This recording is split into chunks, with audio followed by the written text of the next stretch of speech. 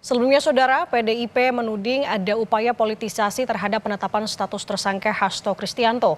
Namun, KPK membantah ada upaya politisasi termasuk campur tangan dengan urusan Kongres PDIP tahun depan. KPK secara resmi mengumumkan Sekjen PDIP sebagai tersangka dalam kasus suap buronan Harun Masiku. Ketua KPK Setio Budianto menyebut Hasto diduga terlibat dalam kasus suap Harun Masiku.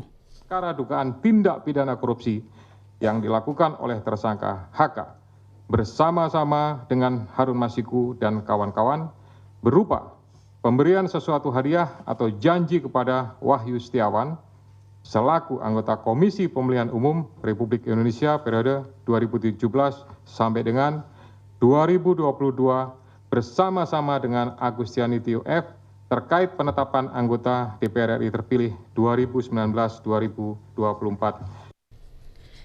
Tidak hanya terkait suap, KPK juga menjerat Hasto dengan pasal perintangan penyidikan. KPK menyebut Hasto bahkan meminta Harun Masiku merendam ponselnya agar menyulitkan penyidikan. Saudara HK memerintahkan salah satu pegawainya di Jalan Sultan Syahrir yang biasa digunakan sebagai kantor untuk menelpon kepada HM dan memerintahkan supaya merendam HP dalam air dan segera melarikan diri.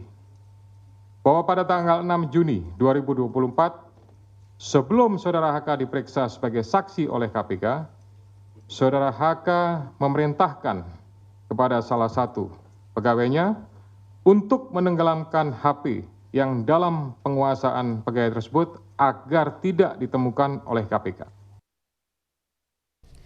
PDI Perjuangan bereaksi atas penetapan sekjen mereka sebagai tersangka di KPK. PDIP menduga pengenaan pasal perintangan penyidikan adalah langkah politis KPK.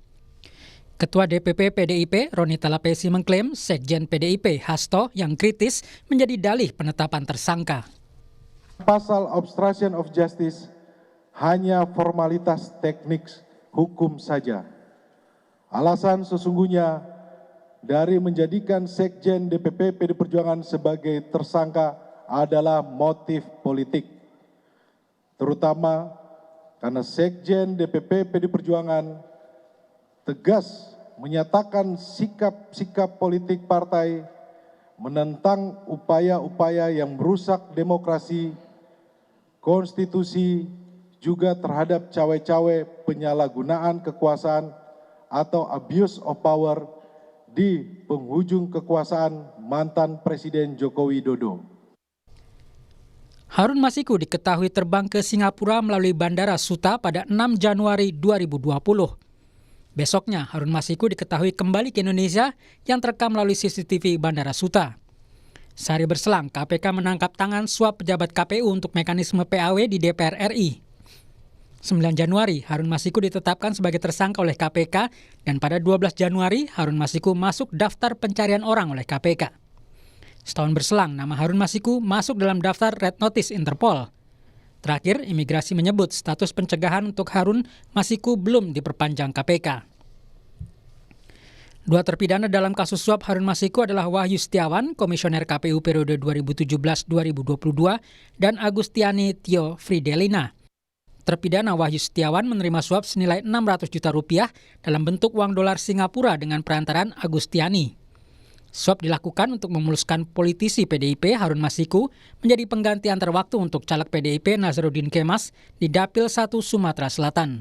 Padahal seharusnya yang menggantikan Nazarudin Kemas saat itu adalah caleg Rizky Aprilia.